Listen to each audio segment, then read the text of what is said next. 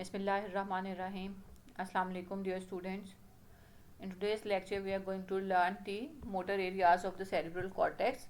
In the previous lecture, we have learned in detail about the sensory cortex and we have discussed different areas in the sensory cortex.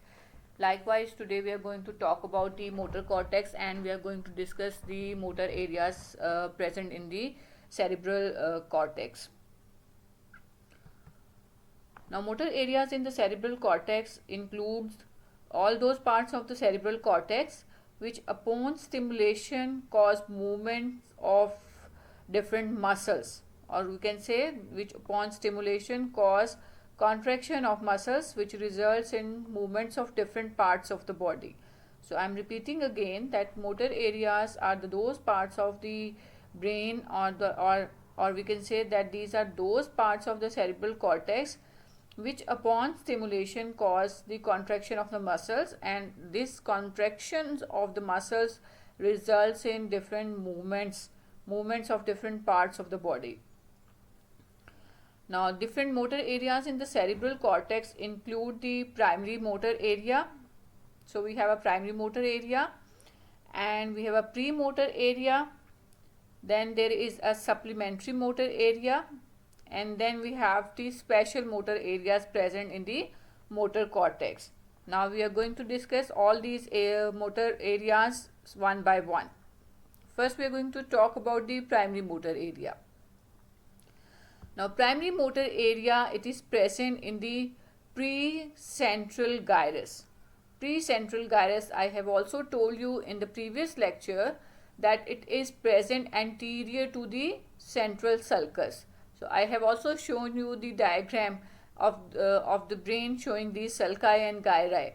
So in front of the central sulcus we have the precentral gyrus, and in precentral gyrus it is the primary motor area which is present. It is mainly present on the lateral surface of the cerebral hemisphere, but it also extends onto the medial surface of the cerebral cortex. And this part of the precentral gyrus where the primary motor cortex is present, it is the posterior part of the frontal lobe, and we also have discussed the lobes in the cerebral cortex. So you know that there are 4 lobes in the cerebral cortex: the frontal lobe, parietal and the occipital lobe, and the temporal lobe. So in the posterior part of the frontal lobe is the present the primary motor area. In Boltzmann classification, the primary motor area is Boltzmann area 4. It is the Boltzmann area 4. Now, the primary motor area, it has well developed pyramidal layers. So there are different layers present in the cerebral cortex histologically. So the pyramidal cell layer is well developed in the primary motor area. Now this motor cortex, like the sensory cortex, has topographical representation of different parts of the body, like we have studied in the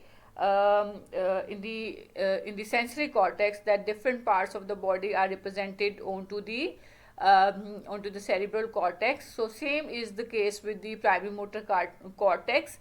It also has topographical representation of the different parts of the body which form a small figure of a man known as homunculus. So since this is the motor cortex, so this homunculus is the motor homunculus. So small figure of a man is formed on the motor areas as well, and this is called as motor homunculus.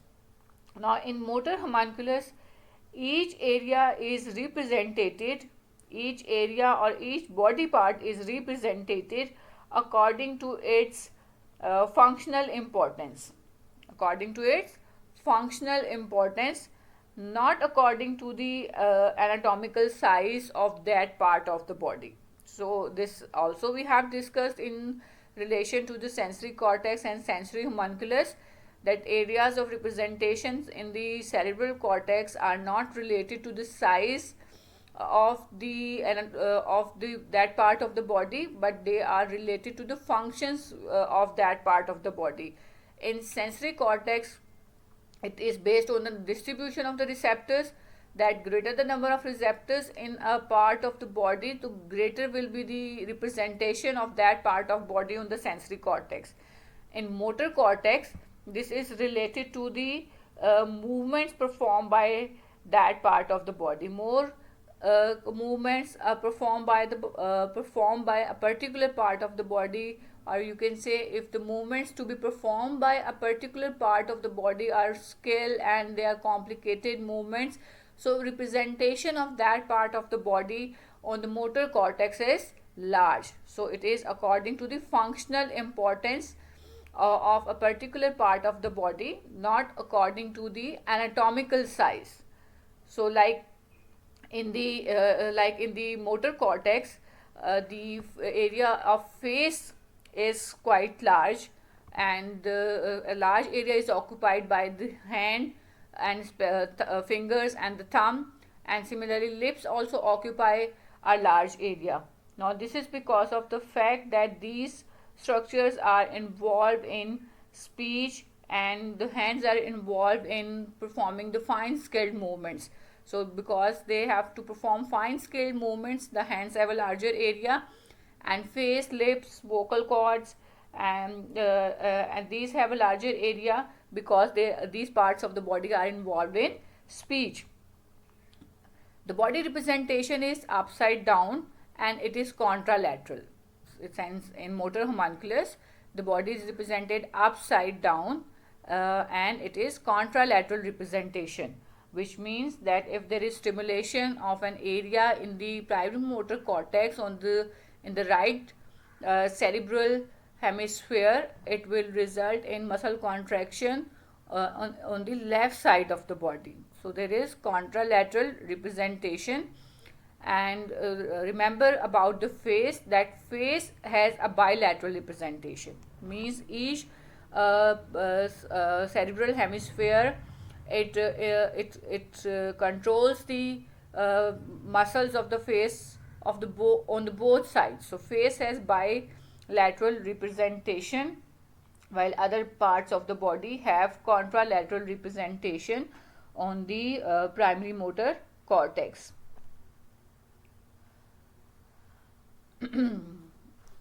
The stimulation of the primary motor cortex, it results in the movements on the contralateral parts of the body, and usually the neurons in the primary motor cortex are involved in controlling the groups of muscles rather than the individual muscles. So when there is stimulation of a part of a primary motor cortex, it will result in a movement rather than individual muscle contraction. As for example, stimulation of some area in the primary motor cortex may result in elevation of limb. So in elevating the limb, not single muscle is involved, there is a group of muscles which is involved in elevating a limb.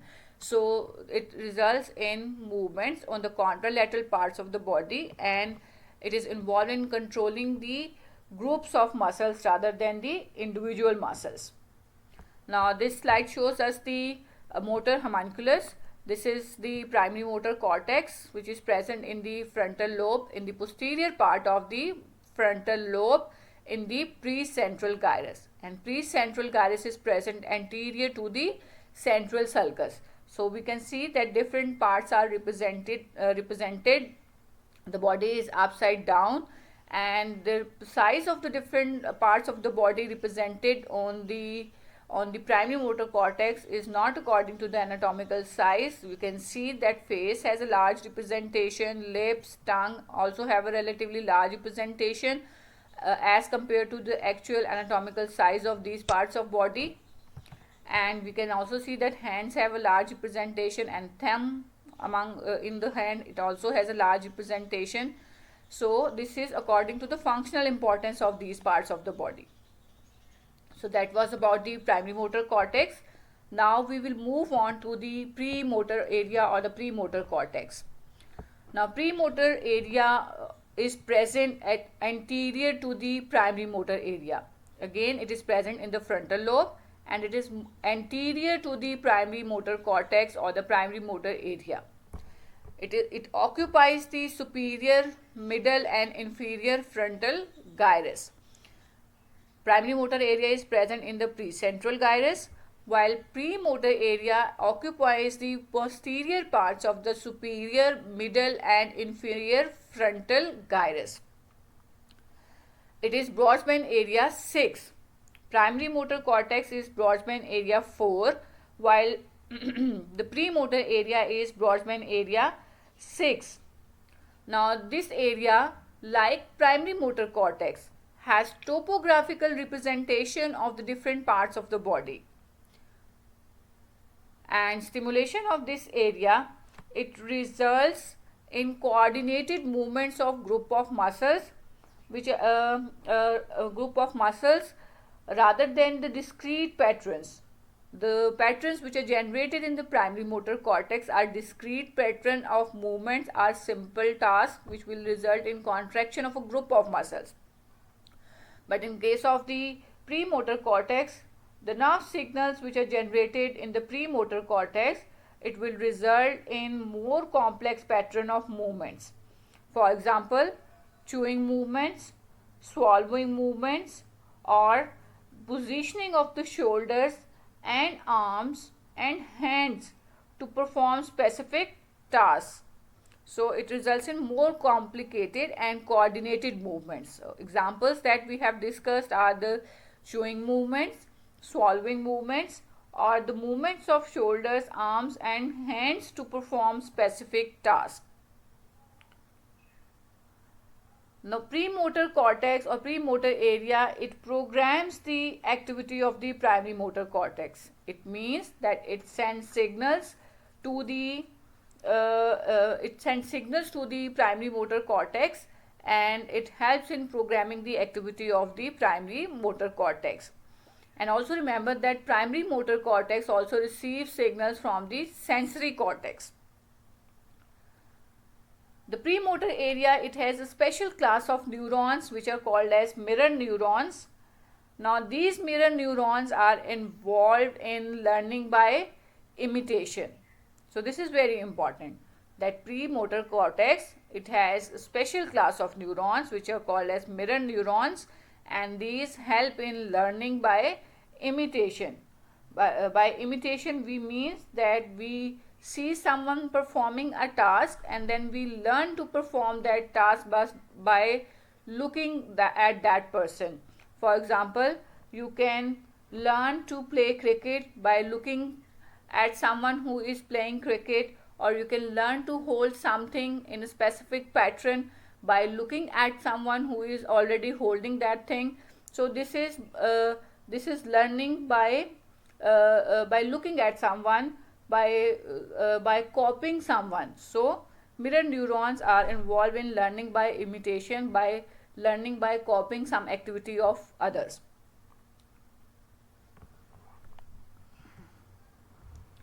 Now coming to the supplementary motor area.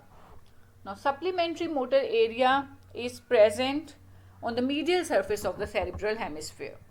It is present on the mainly on the medial surface of the cerebral hemisphere, but it also extends to the lateral surface of the cerebral hemisphere.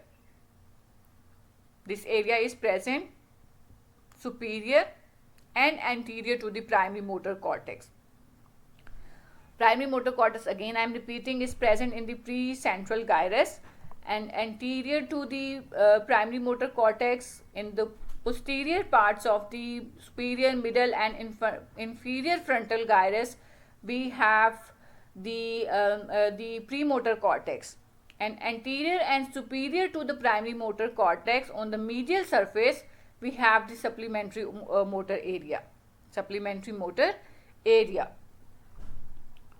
Now supplementary motor area also has topographical representation of different body parts, but here there is a slight difference. The topographical representation is anteroposterior. Instead of being upside down, in supplementary motor area, the topographical representation of different parts of body is anteroposterior. So face is represented anteriorly, while legs are represented posteriorly in the supplementary motor cortex. This area, that is the supplementary motor area, has bilateral control over the movements, which means that stimulation of this area results in the muscle movements or the muscle contractions on both sides of the body. For example, stimulation of this area may result in grasping movements of both hands simultaneously. So it is involved in control of bilateral axial movements, or which are also called as positional or attitudinal movements. It is involved in control of bilateral axial movements, which are also called as positional or attitudinal movements. And in controlling the positional or attitudinal movements along with supplementary motor area, the premotor cortex or premotor area is also involved. An example of the attitudinal movement is the movement of eyes, hands, and the body while climbing. So during climbing, the movements are the attitudinal movements or positional movements, and this is a complex coordinated patterns of movements which is generated by coordination of the premotor area and the supplementary motor area.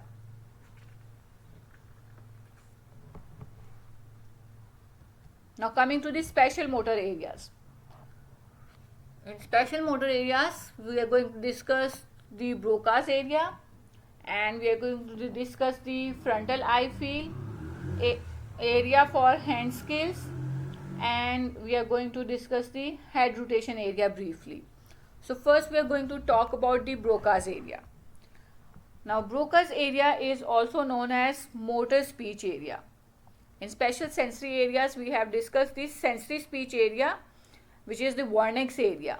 So motor area for the speech is called as the Broca's area. It is Boltzmann number 44. The Broca's area is well developed in dominant hemisphere. So we have discussed the dominance of the hemisphere in the previous lecture in detail, and I think there is no need to repeat it here. You can simply understand that motor speech area is well developed in the dominant hemisphere. Now Broca's area, it receives signals from the Wernicke's area through arcuate fasciculus. This area is involved in formation of detailed motor patterns for the muscles of articulation and phonation in light of the signals which are sent by the Wernicke's area. In Wernicke's areas, we have discussed that it is involved in understanding of what is being heard or what is being seen, and that is the written speech. And then after understanding, after analysis, Wernicke's area also formulates the responses. It chooses the words, and then it sends these signals, it sends these informations to the Broca's area, and in response to the signals which are sent by the Wernicke's area, the Broca's area is involved in formation of detailed motor patterns for articulation muscles and for the muscles involved in phonation. And from Broca's area, the signal is then sent to the motor cortex, and final execution of the muscle contraction is going to take place, and this will result in speech responses. Lesion of this area results in motor aphasia. Motor aphasia. Aphasia means abnormality of speech. Motor aphasia, abnormality of speech, which results when there is lesion of the Broca's area. Now when there is lesion of the Broca's area, there is limitation of the speech. The speech is limited to only a few words. The patient suffering from motor aphasia, he or she is able to utter only a few words like yes or no. He can listen, he can understand, but he cannot respond. So this is about the Broca's area. Now moving on to the frontal eye field. Frontal eye field, it controls the voluntary fixation movements of the eyes. The function of frontal eye fields is to control the voluntary fixation of the eyes, and stimulation of this area, it results in conjugate movement of the eyes to the opposite side. Conjugate movements of the eyes to the opposite side. By conjugate movements or conjugate deviation, we mean that both eyes will move simultaneously in the same direction, either to the left or to the right side. So this area, it controls the conjugate movements, the conjugate movement or deviation of the eyes to the opposite side. This area is located in the middle frontal gyrus, and the Brodmann's area is the area 8. In Brodmann classification, this is area 8, which is located in the middle frontal gyrus. Then is the area for the head rotation. Now, area for the head rotation is involved in causing the rotational movements of head. If this area is stimulated, it will result in rotation of the head. Then is the area for the area for the skilled hand movements. Now, area for the skilled hand movements is present in the premotor cortex anterior to the hand area in the primary motor cortex. तो primary motor cortex में जहाँ पे hand की representation है, उससे just anteriorly in the premotor cortex we have the area for the skilled movements of the hand. Now, stimulation of this area, it results in coordinated movements of the hand. The stimulation of this area results in coordinated movements of the hands. So this was about different areas of the motor cortex. The main areas are the primary motor cortex, the premotor cortex, and the supplementary motor area. And there are special motor areas that we have discussed. The Broca's area, we have frontal eye field, we have head rotation area, and area for the skilled movements of the hands. Now this is the slide showing us different areas present in the motor cortex. Again, this is the central sulcus, and in front of the central sulcus, this is the precentral gyrus, into which is the primary motor cortex located. And you can see that different parts of the body has a topographical representation. The names are of different parts of the body are written over here to show you the topographical representation of different parts of the body. And anterior to the primary motor cortex, we have the premotor cortex. It is present in the superior, middle, and the inferior frontal gyrus. So this entire is the frontal lobe, and it is the premotor cortex. It lies in the posterior part of the superior, middle, and inferior frontal cortex. And in the premotor cortex, we have some special areas like hand skill area. You can see here. We can, and we also have a head rotation area, and we have the frontal eye field, which is involved in voluntary fixation movements. So this is it. It is Brodmann area 8.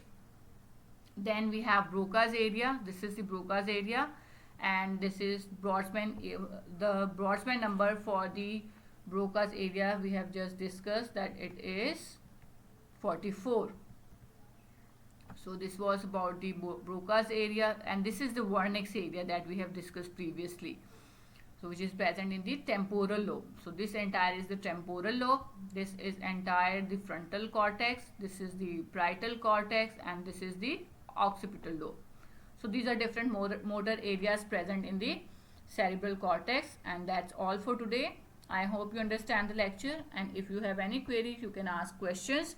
Thank you for listening.